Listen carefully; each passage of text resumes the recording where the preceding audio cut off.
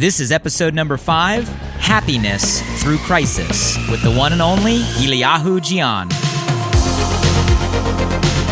Welcome to Alive by Design. My name is Blake Mallon, and we're here to bring you inspiring people, principles, and practices to help you wake up, move toward your meant to, and feel fully alive. Open your mind and let's dive in. Hey guys, before you listen to the podcast, I just wanted to say I really appreciate you being here, and I'm super excited about this new quarantine conversation series. If you want to catch these episodes happening live, where you often can ask real-time questions or maybe even get featured on the show, make sure we're connected on Instagram @BlakeMallon and on my Facebook page, facebook.com/BlakeMallon.page, as I'd love to see you there. Love you guys. Stay safe, stay healthy, stay sane, and enjoy the episode. This is going to be a special one. I'm going to let you guys know up front. This is going to be probably a different conversation than we've done for sure in any of this quarantine conversation series. And I think it's going to be a different conversation and maybe a unique perspective that many of you watching maybe haven't heard before. And it is a very, very, very special guest, and one that I'm excited to introduce you to. For those of you that follow me, you know that I'm a big, big, big believer in environment. I often talk a lot about our circles, right? The people that we choose to surround ourselves with, not the ones that maybe life gives us by default, but the ones we select by design because of the value they bring to our lives and how they make us better. And I get a chance to introduce you guys today that someone that I'm grateful to have in my inner circle. Someone that challenges me to think different, right? We talk a lot about, especially these quarantine conversations, how we can take a different approach during the quarantine, different approach during crisis, how we can maybe shift our perspective. And it's rare for me to introduce you to someone that has consistently throughout our entire relationship challenged me to look at things through a different light, understand things through a different way. And through that, I can honestly say he's helped me become better in the time that I've had the privilege of, knowing him and having some great dialogue and great conversations with him over the years. I definitely would call him one of my greatest mentors, a close friend, and someone that in the rest of the world is looked at as, a spiritual leader, probably one of the largest and definitely most experienced in the space. Someone that throughout his career has had the ability to teach and reach out and impact people all over the world at all different levels. I'm not going to go into, the name dropping, but everybody from your everyday average person like me to some of the biggest names, world leaders, music icons, you name it. A lot of people gravitate to this individual because he has a gift. He has a gift to allow and people to see not just where they are, but where they want to go. And I'm excited to share him and that gift with all of you guys today. So with that, it is my privilege to introduce to everybody live here on the live stream today, my friend, my mentor, Eliyahu. Eliyahu, how you doing, brother? Yeah, great. Love to everybody and happiness. Well, first and foremost, thank you for the time. I know your time is valuable. I know a lot of people are after your time. Where are you quarantining right now? You in your home office? Yes, Los Angeles.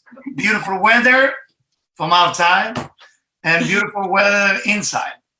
I love it. Well, I'm super excited about our conversation today. I always get value anytime you and I are able to pull some time away and have conversation. And I think this is the first time probably a lot of people, at least that are watching or might catch the replay, get introduced to you. And just thank you for being here. And I'm excited to see where this goes. I think maybe a good jump start. I look back, we started having our deep conversations 3 years ago. I think our first time we got together was like the end of 2016, start of 2017. I'm horrible at time. Does that sound about right to you? Yes. I think you are excellent in everything. So you're not horrible in time. You are excellent in everything. And first, thank you for having me. This is an unbelievable opportunity, to share happiness with the world. So thank you. I love it. Well, I've gotten a ton of value over 3 years, having a chance to get to know you. But I'd love for everybody watching maybe to get to know you a little bit. Just kind of, I guess, give us the high level. I know you're not one usually to kind of talk about yourself and what you've done and what you do, but I think it's important just to set maybe the frame for today's conversation. So maybe just a little bit on, who you are, what you've done, what you're currently about would be great. Okay, basically, I'm a spiritual advisor that advise or coach or consult people, with every way of life, whatever it is, business, marriages, on a personal level, getting to the next level, finding your potential, because I believe that every individual, born to do something amazing, but not always get there. It's my mission, my job is to study the person who comes to see me. And then by study that, step by step, making sure that they reach their potential. That's what I do. I love it. And I've met a lot of people that kind of claim to be in that lane. And you've definitely given me more value than I'd say probably anybody I've known, at least personally, in that direction. You definitely have a gift. And I know I kind of named today. I know you didn't name today, but it was inspired by a conversation that, man, I don't know when we had it. I think it might have been the first time I came to you with my personal goals. And everybody that has followed me, they know, I'm all about kind of setting goals, setting strategy. Those of you guys that are really close to me, I do it every year. I've shared kind of that habit. And the first time I came to Eliyahu early on with kind of like my set of goals, Eliyahu, you might remember this, right? I think first you're like, who is this guy with his long sheets of paper and all these different goals? And I remember that right at the beginning, you kind of said something, I don't remember the exact words, but you said something on the extent like, well, shouldn't the very first goal we all have be to be happy? And I remember that I was like, that's an interesting frame. I never put like happiness at the top of kind of a goal list or a mindset. And I kind of called today happiness through crisis, because I just think it's fitting with everything we're going through right now. So I don't know, maybe start there. Like why happiness? Why should that be a focus? Why during this time? Why'd you steer me in that direction? I'd love everybody to hear kind of your perspective. Thank you.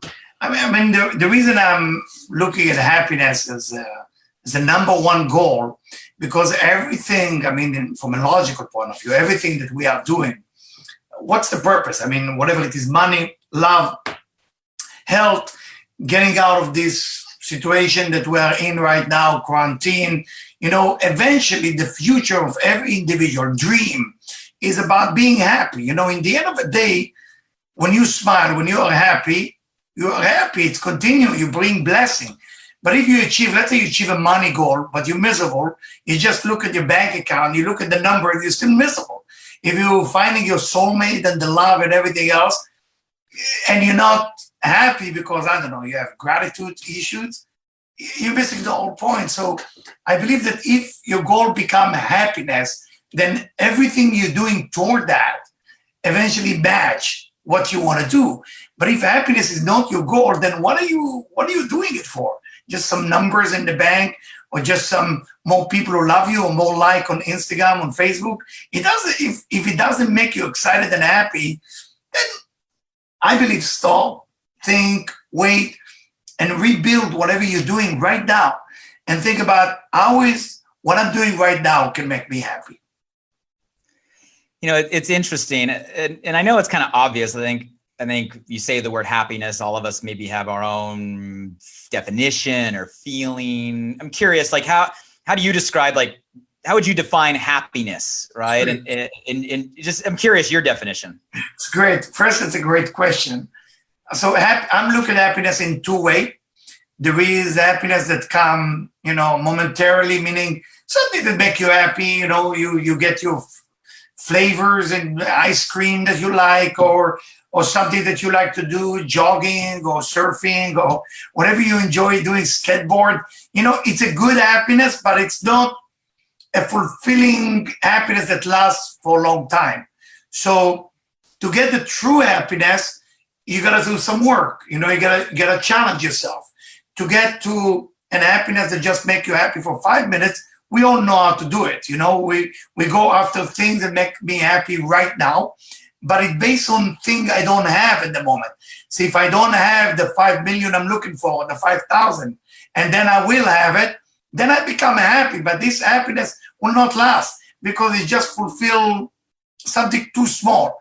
But if I'm looking for happiness from a different point of view, from a point of I'm truly want to be happy, not because once I have the money, the love, the health, the body that I want, then I will become happy.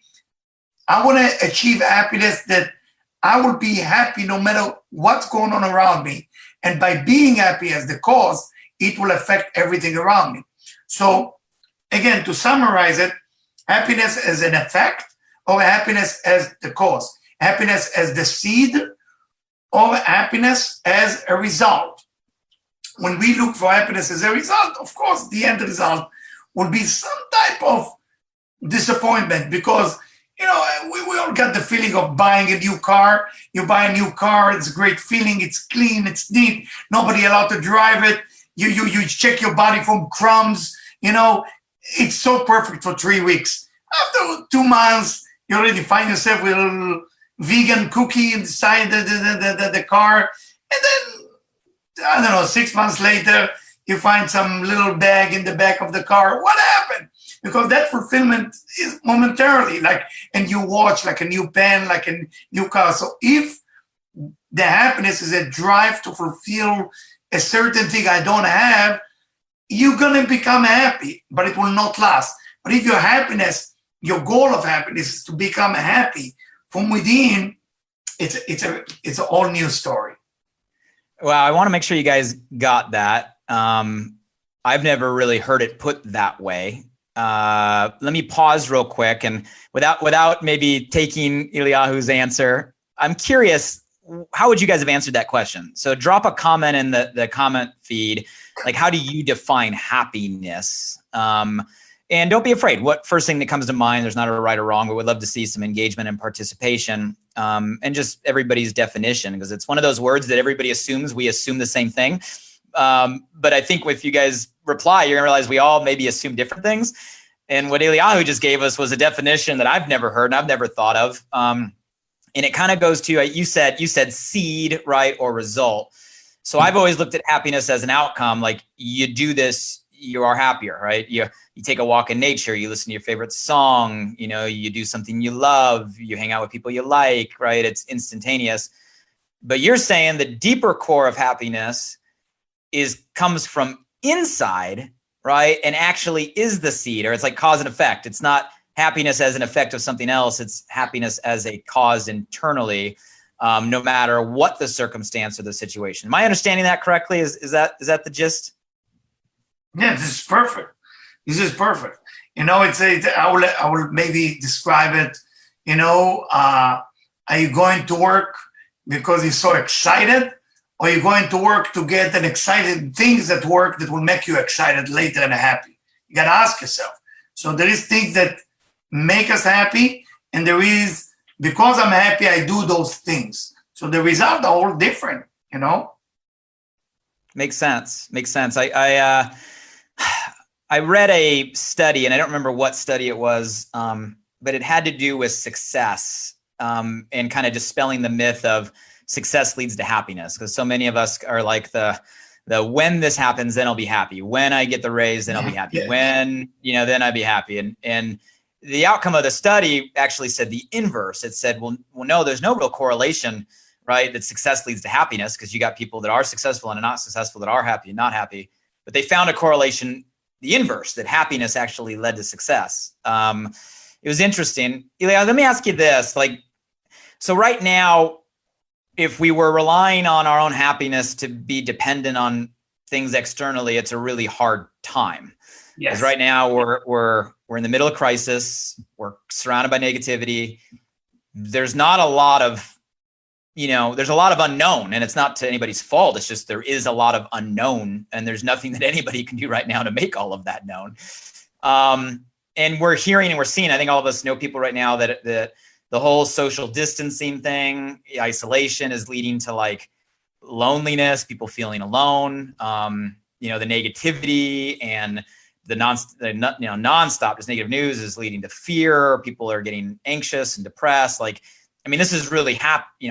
And here we are talking about like happiness during all of this. Let me ask you, like, are there any sort of like daily habits or practices or hacks or routines or things that you have found effective for you and others on like maintaining happiness every single day during such a chaotic time? Well, I'm a great believer of meditation. It doesn't matter what type of meditation you do. So, for example, on where I live in my street here in Los Angeles, so one of the things that I created 6 weeks ago, I told people in the street, hey, by the way, I'm going to be in the street. If you want to pray your own way, if you want to meditate your own way, I'm going to be outside at 7:20 in the evening, as the sunset. And whoever want to join a prayer or meditation, I'm outside. I'm here. And I thought I would be by myself. And all of a sudden I find 15 men coming out from their balcony, in the garden. And we all pray and meditate together. And it was very powerful, So I look at it like we have to reinventing ourselves. Then my two sons join me, and we read the scroll, the meditation for everybody. We take a table, we make sure it look official, and we're sitting outside and we pray and meditate with everybody, and everybody love it. And we're doing it for, like 6 weeks, already since the quarantine start, 5 weeks or 6 weeks. And you can see the kids of all the neighbors starting pointing at us. We're wearing a mask when we take a walk. And they said, oh, those people are coming out at night and in the morning. So that's what keeps us going. I mean, there's nothing give me more pleasure and joy to be with people, but it's a different time. We have to reinvent ourselves. Last night, I sent a bottle of wine to my neighbor, and I wrote, thank you for joining us for this group that we're doing together. I didn't have to do it. So my son asked me, what's that for? What's the idea with the wine? And I said, I look at his face from far, and I saw that he's not into it, but he was embarrassed because everybody was into it and happy. He said, I gotta jump in. So I want to give him like a little bit boost to tell him, I know you're there and I know it's not easy. Here's a bottle of wine. Enjoy, being with your wife and two baby. I got you. I know it's painful. And by the way, I know my neighbors, but I don't know them. It just happened that it just happened. And then another gentleman passing by, and he said, my wife just gave birth to a baby. Do you mind bless my wife and baby? I have no place to go. Everything is closed. And everybody say, of course. Then the other neighbor has a new grandson. We all start praying for him and sing a song together. What I'm trying to say is you have to reinvent yourself, meaning, yes, it's tough. Yes, quarantine. Yes to all of it. But let's talk about 6 months ago. Just go back for a second. And I work with people for many years. People are away from each other on their own choice. I mean, we become private people. We become a little bit too private. In a way now, if we look at that situation, we've been forced now to be private. We no longer have a choice. We have to be alone with our family or alone with ourselves. And now it makes you think. So it can either go south and be negative, or it's either you sit with yourself and say, I'm going to start writing my book. I'm going to start thinking about Facebook, doing some video, I can Zoom, giving some lectures, talking to people. A lot of great idea happen when it's a tough time. You must think, it's a must, think what is your great idea now that will be born in the end of this quarantine? Are you planting the seed for the future? Or you're just sitting at home and say, I hope it will be over, And then when it's going to be over, what's going to happen? So it is the best time to deal with me, myself. If you have family, my family, transformation of myself, taking myself to the next spiritual level. How can I give more? How can I be more kind? How can I forgive more? So the short question, meditation. The long question, share, forgive, be kind, and do the best you can to think about what are you going to do when you're getting out. I love it. So checking in, guys, because we've talked a little bit through our quarantine conversations on like some, how to combat negativity, some hacks. We danced in one conversation on meditation, which, guys, you don't have to be religious to meditate. You don't even have to be, what you would define as spiritual to meditate, right? It's something I started a couple years ago. Anybody can do the things that Eliyahu was talking about. Let's say that list you just said, because that was you said it quick, but those are all really big things. You said meditation. What'd you say? Forgiveness, be kind, share. Send some food to your neighbor if they agree to take it. Send some flour. What's the big deal? They don't have even to know it from you. Send some bottle of wine, some flour here, some chocolate cake. What's the big deal? Just do it. You are from home. I mean, we are living in a modern society. There is wonderful thing, and you can walk over and just leave it at the doorstep and say, thank you for being. What is it going to take? It's written in one of the oldest books, 2,000 years ago. The verse go like that. It's better a great smile than a good glass of milk. Now, what they meant by that, why milk?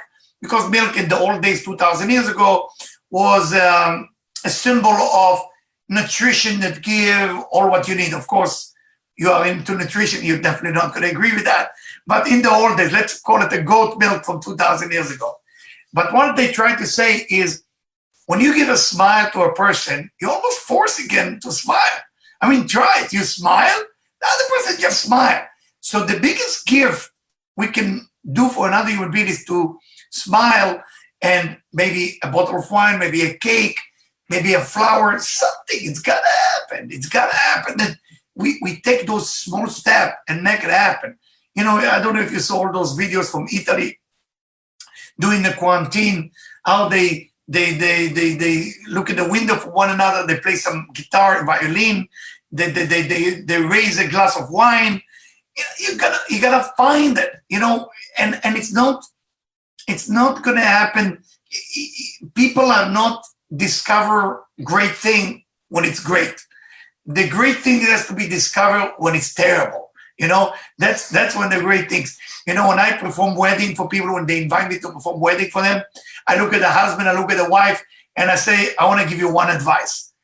It's love is not when things are perfect. Love is when things are not so good. That's when it's time to love each other. And I believe in it. This is right now. It's a tough time. And tough time. Those of you who have young kids, I'm looking at my neighborhood, which is mostly young kids. It's very difficult. I'm looking at them. They look at across the street to do something with their life, and it's just difficult. But I see that the parents come up with all new idea. It's unbelievable. The parents come up with all new idea. I don't know. They bought canvas. They start painting together. They have a ping pong table. I bought a Peloton. The bicycle. Everybody come up with a new idea. Reinvent yourself. That's the bottom line. I love it. And it's so true. And you guys, I wrote those down. I know some of you are saying, well, that stuff's so simple. Exactly. It's simple. I think there was a quote, I don't remember who said it, but it was simplicity is the ultimate sophistication, right? And what Eliyahu was talking about is universal principles. And you got to ask yourself, well, it might be simple, but are we doing it? You might even know it, but are we doing it? Right. So, I wrote down, well, meditation, you got to ask yourself, are you taking time every day to meditate? Sharing, right? Are we taking time to share, right? To give to others, every single day? Are we forgiving? That's a big one, right? Are we letting go of what's weighing us down during this time? Are we being kind? Are we starting things new? Like, this is a simple checklist that are happiness hacks. I mean, this is what it takes to flip, right, or shift the script, so to speak, from happiness as an effect, right, or an outcome to happiness as, the cause. Let me unpack a couple things, Eliyahu, that you said. So I want to go two directions. I think we all can relate to, like you said, you know your neighbors now. I feel like almost guilty saying this, but I've met more of my neighbors during quarantine than I ever met in normal life. Like, and that's a fact. There's more of us, at sunset, people walk around the neighborhood with their dogs. In the afternoon, everybody goes out front of their house, their kids. Like, Grayson now has more friends that are our next door neighbors because of quarantine than he ever had before. So we're in this weird time where we're physically disconnected, but there's this weird connection that's happening. Like, we had to be forced to be physically disconnected, told that we can't get together in order for this reconnection to actually happen. I don't know. Maybe what are your thoughts on that? It's like we're finally reconnecting, maybe for the right reasons, or we're forced. Like, what's your thought on the connections that are happening right now? I think, it can go both ways. I will be honest with you. We have no control over that. We are human being. We all know history, and usually history repeats itself. Everybody know what happened in 1914, 1918, 1920, 22, and then 1934, First World War, and then Second, Depression, Great Depression, the Spanish flu. There is a lot of repetition there, but did we learn the lesson as a human being? I want to say yes, but I can't say yes because I don't think we are doing our homework. Human beings tend to forget, we tend to forget. And unfortunately, the desire being developed when we don't have something. We cannot really develop a desire for the individual until something has been taken away. For example, if you have a certain toy that you are very much attached to, and it's been taken away from you, there is a great value at that moment. You have some gratitude toward that thing. And then when you have it back, I think the gratitude kind of disappear. It's very difficult to appreciate things we already have.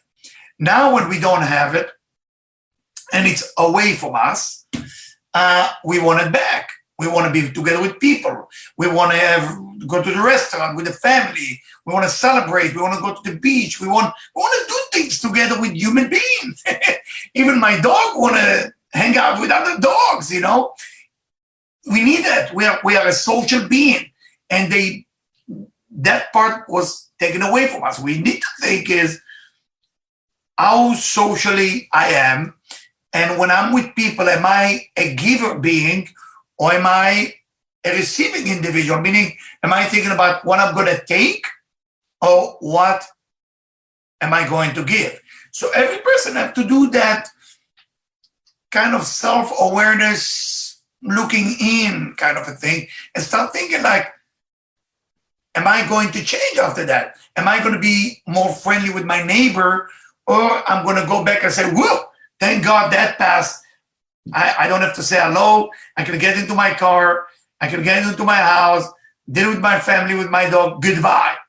Or now, when I can actually getting out of this quarantine, I can go to my neighbor, knock on the door, and say, hi, remember me? I'm your next door neighbor, and I always want to say hello to you. I don't know if they allow you to give you a hug, and they give you a hug, or I would like to invite you to dinner, something. We gotta learn some lesson from it. We want to make a new friend. Those are all people around us. Some of them you might be great friend with, some of them maybe not, but you're not going to try. After the quarantine is over, my wife and me had the deal that when this is going to be over, we're going to have a dance, and we're going to put it on video. We're going to do it in front of everybody, and we let people challenging us. It will be in front of the restaurant Spago. Spago? Spago. So that's the location. If you want to dance with us in the time of quarantine, we will let you know when it's happening. Hopefully it will be on May 15th, that we will be there, and that's my wife's birthday, of course, and we're going to dance there in front of everybody. It will be amazing. So everybody has to make some decision. What is the fun part that you're going to make other people happy and watching you, not for the sake of being famous, for the sake of making other people happy. I love it. And intention is everything there. And I think all of us can relate that it's weird, this forced pause. That's kind of the way I look at it. It's a forced pause because there's so much of our life that is just, we have to pause. It's causing us to reevaluate what we value. Like I know for me, some of the things I used to do every day that I can't do, I don't miss. And it makes me remember, like, well, did I really need to do that every day? And then some of the stuff that was small, like that I never would have thought was important, driving down the coast and walking out the water, like I'm craving, I'm like, I miss that, right? So it's like we're reshuffling our value system. And I think it's because of what you said. It's like when we have something, we take it for granted. When we lose it, all of a sudden it ignites our gratitude. But hopefully we all remember these lessons, when we get to whatever the new normal is. I think it's powerful. Let me go deeper on one other thing you said. So, I mean, I understand kind of the reconnection. You talked a lot about creating new, right? So much of the conversation right now is about what's ending, what's stopping, what's halting, how we get back to what once was. We're stuck in this rear view mirror, as opposed to being about like, what can we begin? What can we start? What can we create? You were kind of going in that direction. Can you elaborate on kind of what you mean and how we make that shift? Yeah, I mean, the idea is that routine can be amazing, but routine can, what should I say, put us to sleep. I tell all my clients, if you go to a coffee shop and they remember your name and they remember your order, you got a problem. That's when you're doing it every day, the same thing, nothing changed. You got to do some change. If you turn left all the time, you got to turn right. You got to do some change. This time, you got to sit with yourself. Take a piece of paper and say, take 3 things that you're going to make different. Something that's going to be different. It's got to be different. It cannot be the same me tomorrow and after the quarantine. Either, I don't know, pick up something new. Did you ever play guitar? Did you ever sing? Take a singing lesson. Take a cooking class. I don't know, something has got to happen that you're getting out of the quarantine and say, you know what? It was a very tough time. It was very depressing, not easy, but in the end of the day, I'm a chef. In the end of the day, I'm a musician. In the end of the day, I'm a writer. In the end of the day, I forgive my brother. In the end of the day, I become nicer to my wife. Wow, that's an achievement. So there is a situation going on here. And again, as you say, we don't have to be religious or spiritual. We just have to, it's a common sense of a thing that when you sit with yourself, you're going to grow. There is something about this time that those of you who believe in destiny, those of you who believe, I don't know, in astrology or something, it meant to happen that you're experiencing, I call it a movie. Life is like a movie. It looks like we are experiencing right now a low budget movie. That's what we're experiencing, a real low budget movie that nothing is going on. But that low budget movie that I'm in and I'm watching is to teach me something. Now, what is the lesson and what is it doing to me? And what am I doing with it? And all of it is rediscover yourself, recreating yourself, reach to your potential, and maybe the routine has to change. Routine is wonderful, routine of a diet, routine of going on a bike. We need routine in life. But sometimes the routine, we do it so often that there is no more challenge. There is no more challenge there.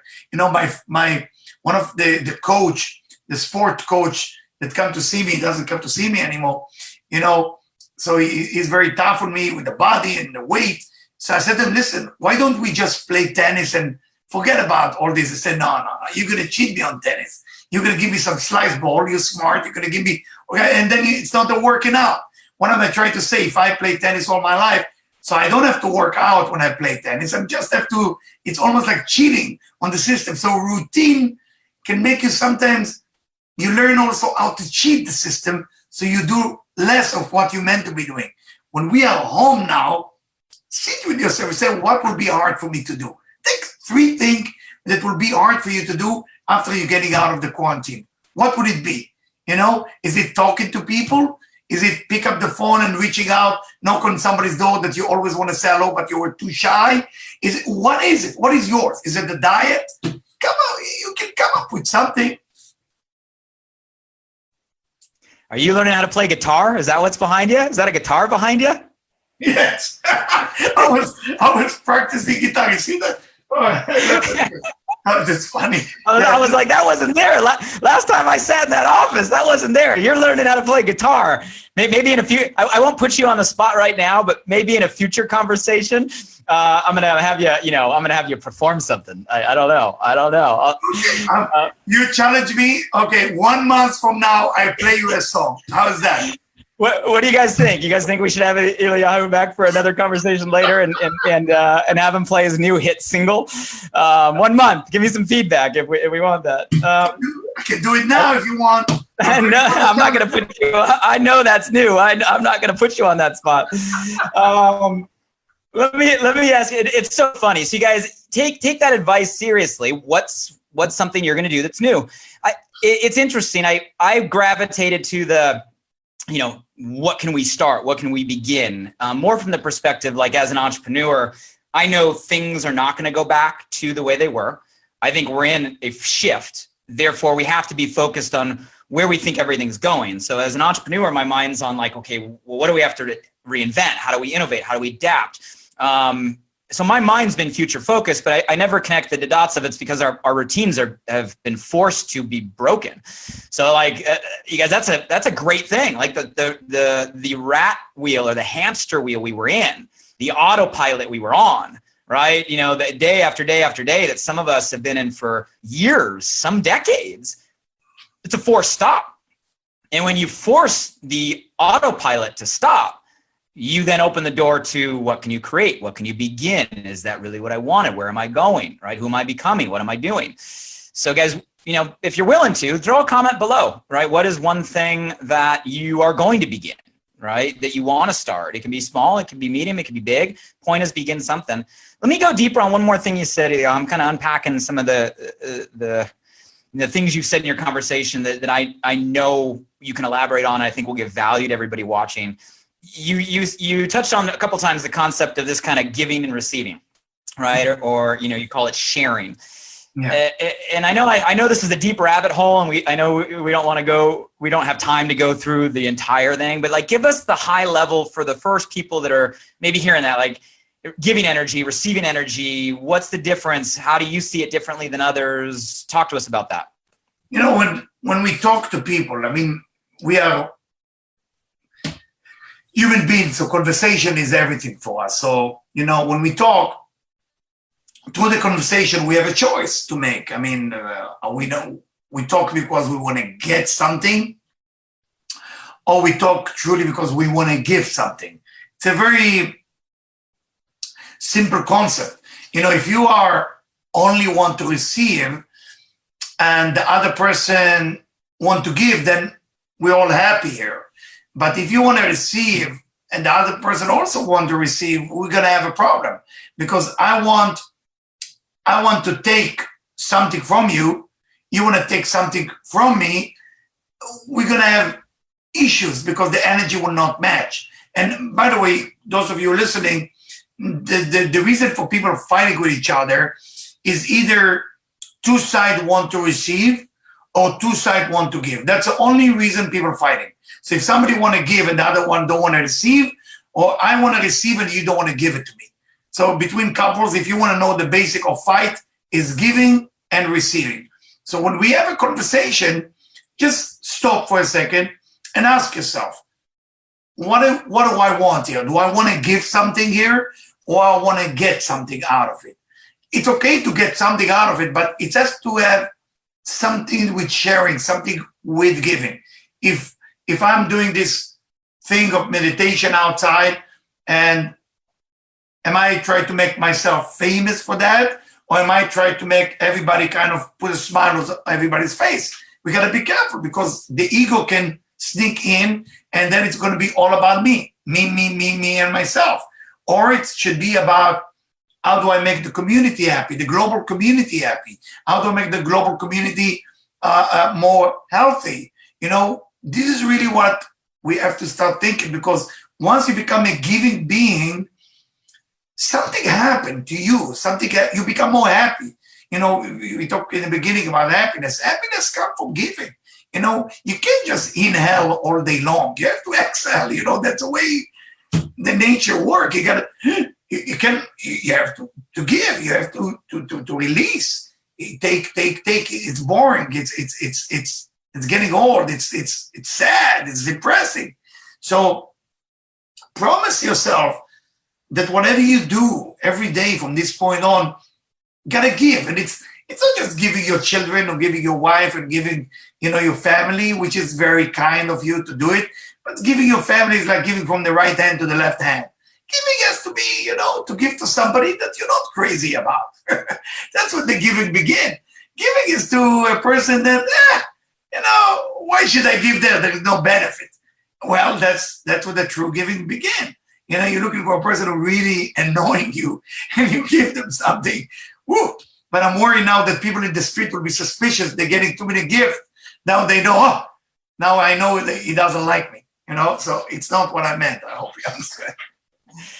No, it's good. And I remember you and I have had a lot of kind of deep philosophical conversations on that topic. And I remember the first time I was like, okay, wait a minute. So if you're giving by the definition most people would have for giving, but the intention behind why you're giving is to receive. And that receiving, guys, might just be receiving the feeling, right? Or feeling better about yourself, or inflating an ego, or, speaking to your significance. Well, then it's not really giving, it's really receiving. But if you're giving from the aspect of where it's not what you get in return, or if you ever get anything in return, it's really because of the intention of the other.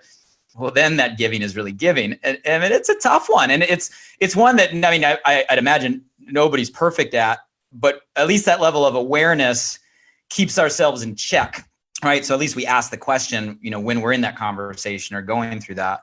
Let me ask you a couple kind of quick ones. These might be tough questions, but I just want to get like your quick gut reaction.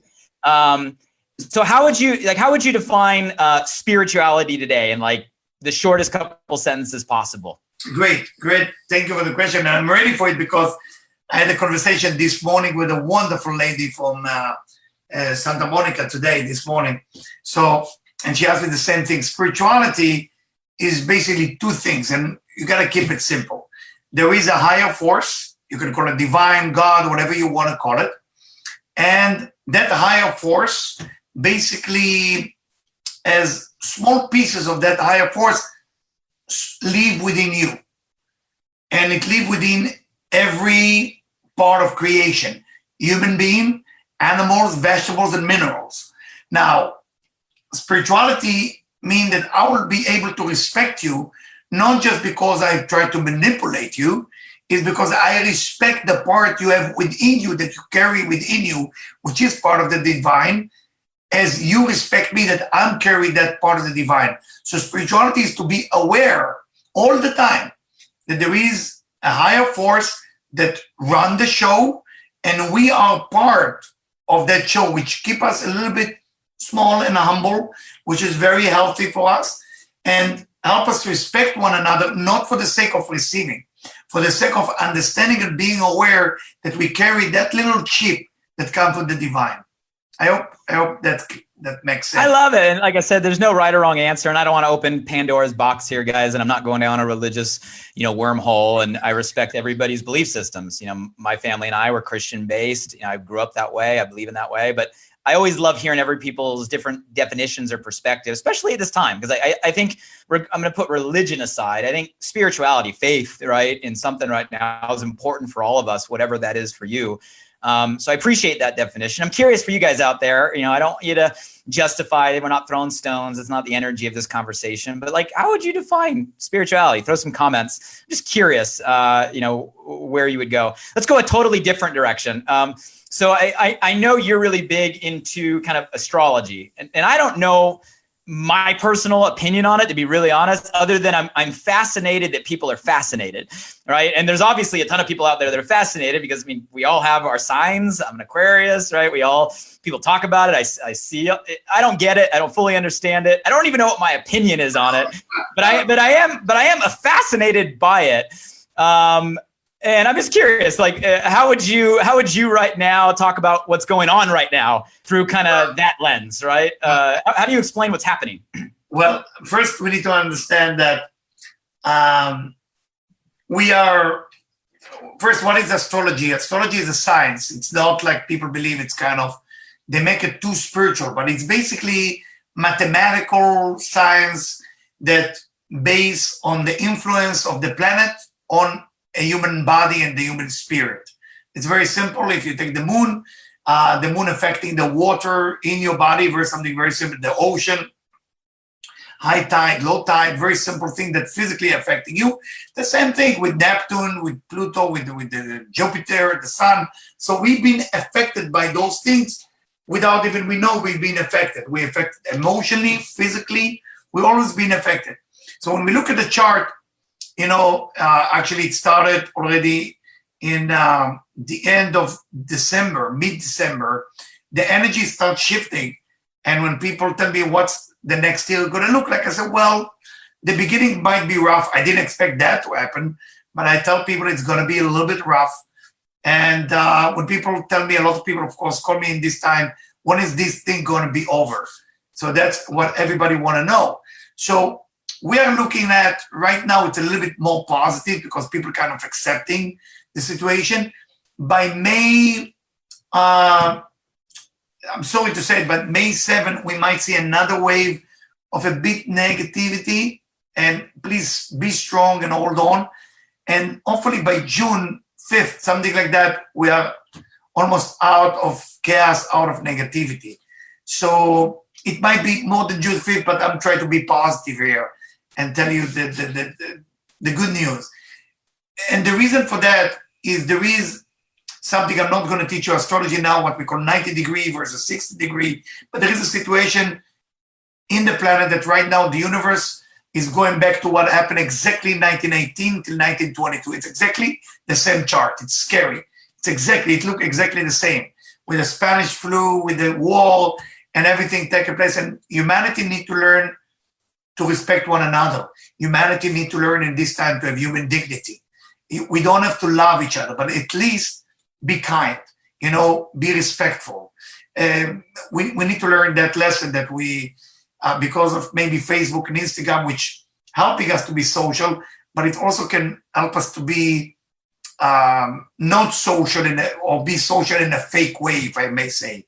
And we use sometimes media instead of using a physical contact. And it seems like the universe is teaching us a lesson. If you don't want to have no physical contact with any human being, I will give you a home. And that's what the universe is doing to us, is waiting for us to get into a place that we truly can respect each other, being with each other, with a true human dignity, but not fake, because everybody can smile and fake it and show something to people that who they are. But we got to care for one another. And there is 7.2 billion people in the world, and people are dying, as we all know. It's a very sad time. But in the same time, we must looking in, am I going to affect the global community? Like what you do, Blake. I mean, you affect the global community in a tremendous way. And if we can find more ways to affect the global community, then the global community will start working together, not against one another. There is no point. If I talk to my kids who are in college, they don't see the point of the war. This generation don't get it. What's the point of fighting? Why we can have argument, we can disagree, but why do I have to shoot you if I disagree with you? Enough with that shooting and bloodshed and hate. What's the point? So this is what, from astrological point of view, the universe is asking us right now to do. Find a way to get along. We have to find a way to get along. I know it's tough, but we have to find a way. I love it. Well, whether you believe in the math or science, I think all of us can get behind in faith that vision and that hope of using this time to come together. And I appreciate you sharing that. It's always just fascinating to me. I know everybody out there, we probably got half the people that are like glued in, like, oh my God, this is the best conversation I've ever heard in my life. And there's probably like a half of people that are like scared. They're like, Blake, I thought you were going to teach me how to market my idea on social media. And I appreciate all of you guys because it is a different conversation, but I think it's relevant. Eliyahu's brought in a lot of value to me, and I told you it'd be a different perspective, different conversation, but I think we all can grab nuggets no matter who we are, what our background is, what our belief system is, that we can apply because we're talking about like human principles here. And let me shift energy real quick. I was just like, first thing that comes to mind, I'm going to rapid fire 3 quick questions. You can't think. First answer, as few words as possible. Outside of the Bible or any sort of like religious or spiritual book, what is the most impactful book you've ever read? You're asking me? Yeah. Most impactful book outside. Like, you can't say the Bible. You can't say a religious book. Obviously, those are probably going to be at the top. Okay, and I know you have a shelf behind you full of them. What's the most impactful? Yeah, I mean, Think and Grow Rich. I love it. Okay, I have that on my bookshelf here at one of my favorites. Second question: what's the most interesting quarantine purchase in your household so far? First thing that comes to mind, like the most interesting thing you bought during quarantine. Yeah, it's funny. I ordered the VR, the expensive VR. Oh, is it the Oculus? It's. I don't have it yet. It's one of my clients is the head of AR and VR in New York, and he teaches me about it. When I'm coaching him about business, he tells me, Eliyahu, you know about VR? I said, I have no idea. What do I do with that? They say, you just meet all your people with the VR. I said, I'm in. So I bought it right away. That's the first. I love it. I can't wait to see you play with that. Okay, last one. Okay, this one might catch you off guard, but first thing that comes to mind, you got to be honest with us. Okay, one thing about you that is 100% true, but none of us are going to believe. Wow. Well, should I say it? I was arrested for 6 hours in an Argentinian prison for being suspicious to be a terrorist. And then they apologized, it was a mistake. You've told me that story.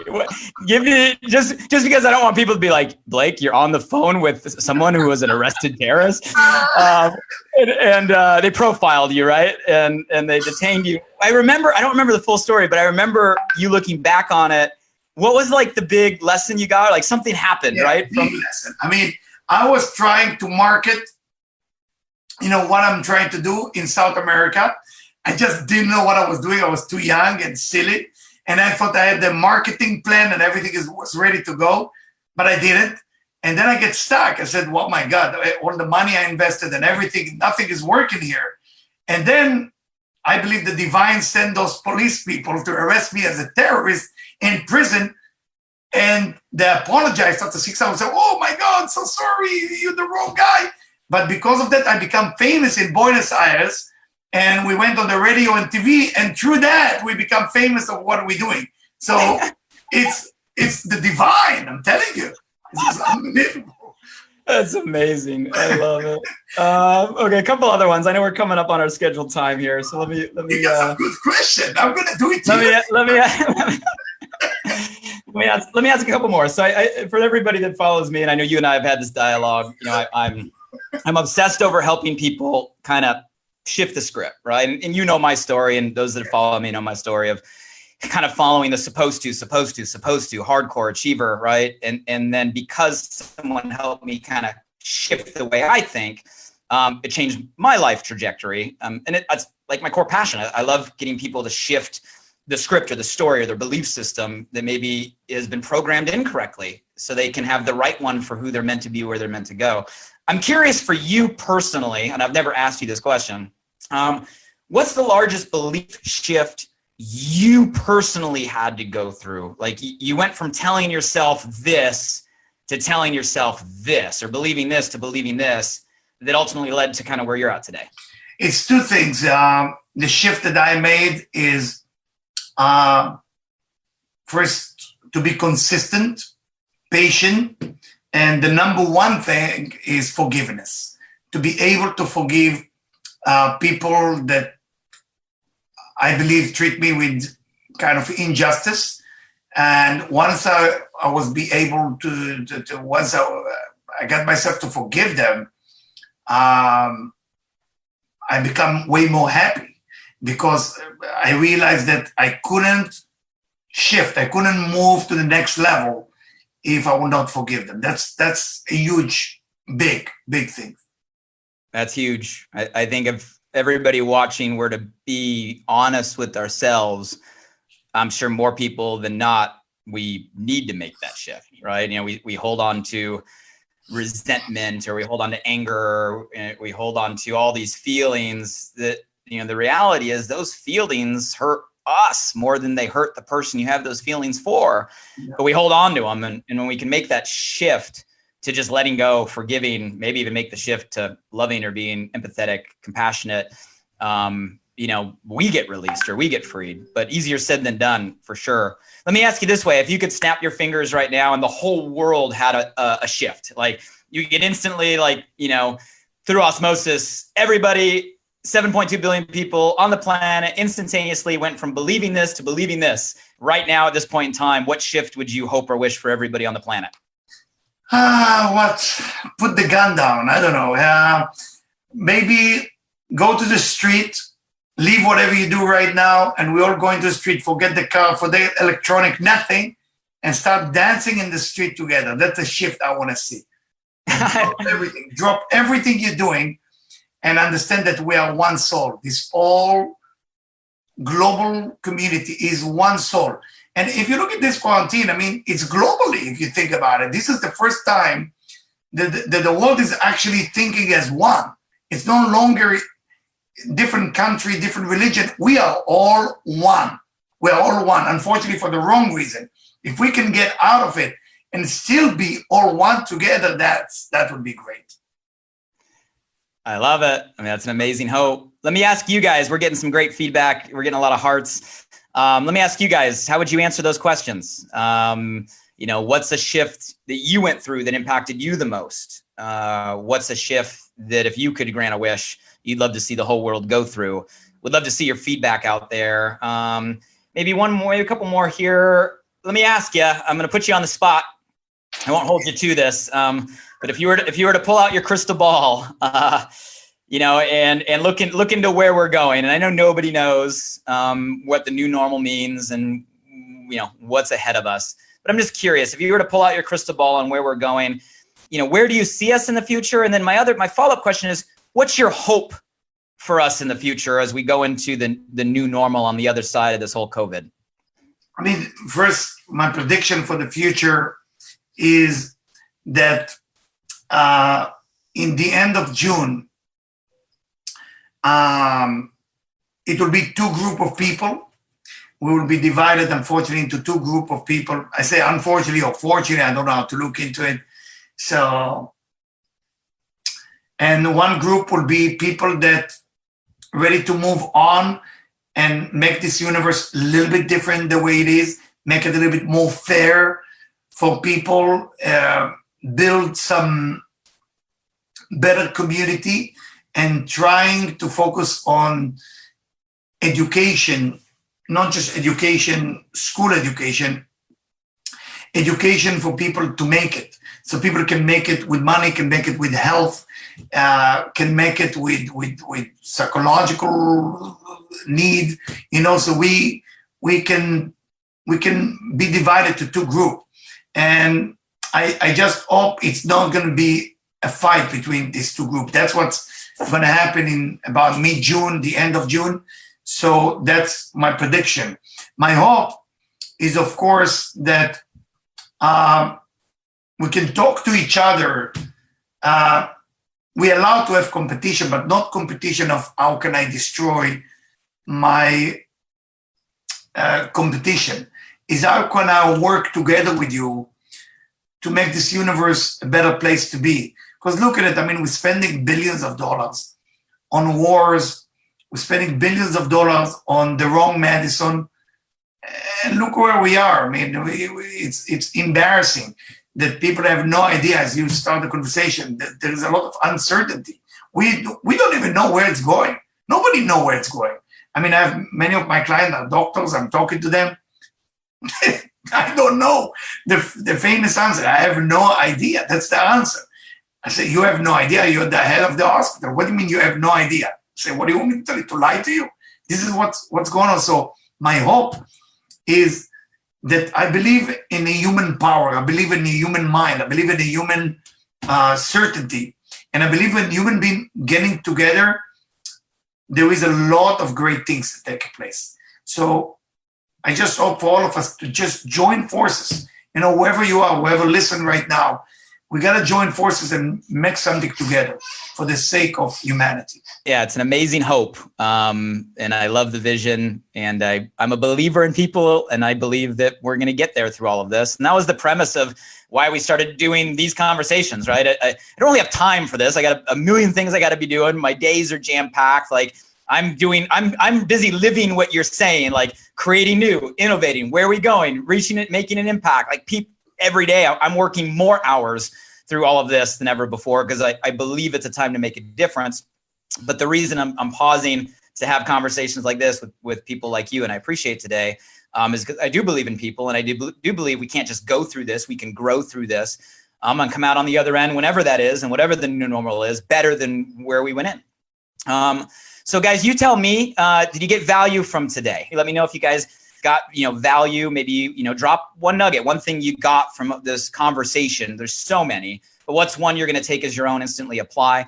For those of you guys I know that are like, hey, where can I get more conversation like this? Eliyahu, I know, won't promote himself, so I'm going to tell you where to find him on social, guys. You can find Eliyahu on Instagram at Eliyahu Jian Official. That's ELIYAH, right? UJIAN Official. OFFICIAL. I'm going to say it one more time. ELIYAHU. That's Eliyahu. Jian, JIAN, and then Official. OFFICIAL on Instagram. So you can find him there. He does have an organization where a lot of the lectures on these similar philosophies are available. They're free. You guys can go find it if you want to dive into some of the videos that he does for kind of his students. You can do that at vitaltransformation.org. All free there, is just kind of sharing to the world if you do want to dive deeper. And then same on YouTube. So those same videos, if you just search for Vital Transformation on YouTube, you can find that. And then I know you just had a new book drop, right? So I haven't read the new one. I read all the previous, but a new one I think just dropped, The Laughing Billionaire. I love it. The Laughing Billionaire, How to Become Rich and Happy, Amazon and Kindle. So check it out, pick it up, Amazon and Kindle. And I look forward to reading that one just by the title of it. And I know based on the ones I have read, it's going to be full of heart and wisdom and nuggets for all of us. So if you guys got value and you're looking for like practical next steps, plug in. There's where you can find Eliyahu. He's a friend, he's a mentor. And based on the feedback here, maybe he'll come back and we'll have some future conversations. Eliyahu, before we close out, thank you so much for the time. Any closing thoughts? Anything you want to end with before we kind of round out today's conversation for everybody out there? Just first, thank you. I appreciate you. I love you, and thank you for being in my life. And everybody should think where they dancing after this quarantine is over. You're all gonna dance and put the video out there. I challenge you. I love it. I appreciate you, brother. Everything you do for me, my family, and I know you're now going to be a gift to everybody who was with us here today and everybody who chooses to continue the conversation. And based on the feedback, we'll do this again. Sometime we'll do this again in a month with that guitar. They're going to hear the rocking guitar. With that, guys, thank you for the extended time today. Love you. Appreciate you. Stay safe. Stay healthy out there. And again, let's continue to not only go through this, but grow through this. And hey, have a great week, everybody. Until next time and our next quarantine conversation. Take care and God bless. Hey guys, one last thing. I'm super excited that this new podcast, Alive by Design, just went live. And I want to celebrate by giving away $500 cash to 5 lucky winners over the first 5 weeks. You see, I designed the show to bring you inspired thoughts and fascinating conversations with the world's most impactful people, to provide transformative principles and practices to help you wake up, move toward your meant to, and feel fully alive. And I'd love for you to help me spread the word now. So to enter the giveaway, follow 3 simple steps. Step 1, simply subscribe, rate, and review the podcast on this platform right now. Step 2, find this giveaway video post on my Instagram @Blake Malin, or my Facebook or LinkedIn profile and share it to your Instagram story or your Facebook and LinkedIn profile. When all done, simply comment "alive" and tag 3 friends on that same post. Weekly winners will be chosen randomly and announced publicly on my Instagram and Facebook story each of the first 5 Saturdays after launch. Would really appreciate your support, so if I've ever given you value, please do me this personal favor and go subscribe now. And if you found today's episode helpful in any way, make sure you share this with at least one friend today. You have the power right now to change someone's day, so send them a text message with a link to alivebydesign.com. or simply copy and paste the link right from this podcast platform. Who's one person you know right now that you want to see succeed, that you want to see grow, that you want to see feel more alive? Shoot them a text with your largest takeaway from today and be a light in their day. And if you were referred here by a friend, make sure you shoot them a text back and say thank you. I'd love to hear from you directly on what you got from today's podcast. So if you're up for it, drop by my Instagram @BlakeMallon and shoot me a DM. And as always, thank you for showing up. I'm grateful for you, and I hope our time together today in some small way helped you feel a little more alive. Until next time.